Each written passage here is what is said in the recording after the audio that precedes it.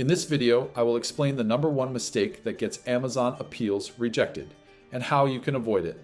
But before we dive in, don't forget to download the exact same appeal letter and plan of action I used to get reinstated. You can customize it so it fits your specific suspension reason.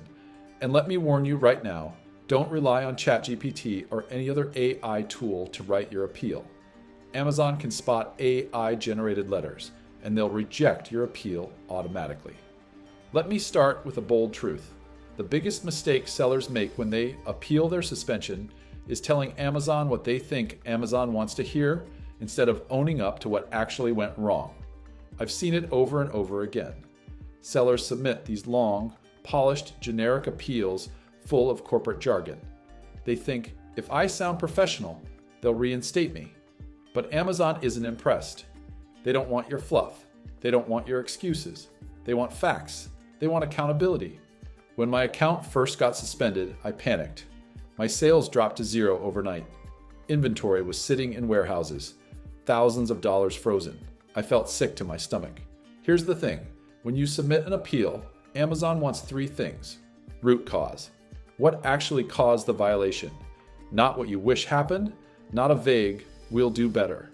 They want you to say clearly, here's what I did wrong. Corrective actions. What did you already fix? Did you remove the bad listings? Did you change suppliers? Did you retrain your staff? They need proof that the problem isn't ongoing. Preventive measures. How will you stop it from happening again? Amazon doesn't want promises. They want systems, checklists, new policies, verified invoices, compliance audits, real stuff. And let me be blunt, most rejected appeals fail right at step one. Sellers don't admit fault. They try to dance around the issue. They write, "We value Amazon customers. We strive for excellence. This was a misunderstanding."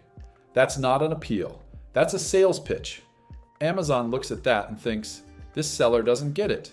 Denied. When I finally got serious, I stripped everything down to the bare bones. I literally started my new plan of action with, I take full responsibility for this violation. The root cause was that I listed items without valid distributor invoices. This was a mistake. Here's how I corrected it. No fluff, no drama, just facts. And you know what? That's what worked. Within days, my account was reinstated. My payouts were released. I went from panic to relief almost overnight. Now, let me be real with you. I understand why sellers try to avoid blame. You don't want to look guilty. You think, if I admit fault, they'll think I'm a bad seller. But it's the opposite. When you dodge responsibility, you look untrustworthy. When you own it, you look like someone Amazon can trust again. Is it scary to admit mistakes?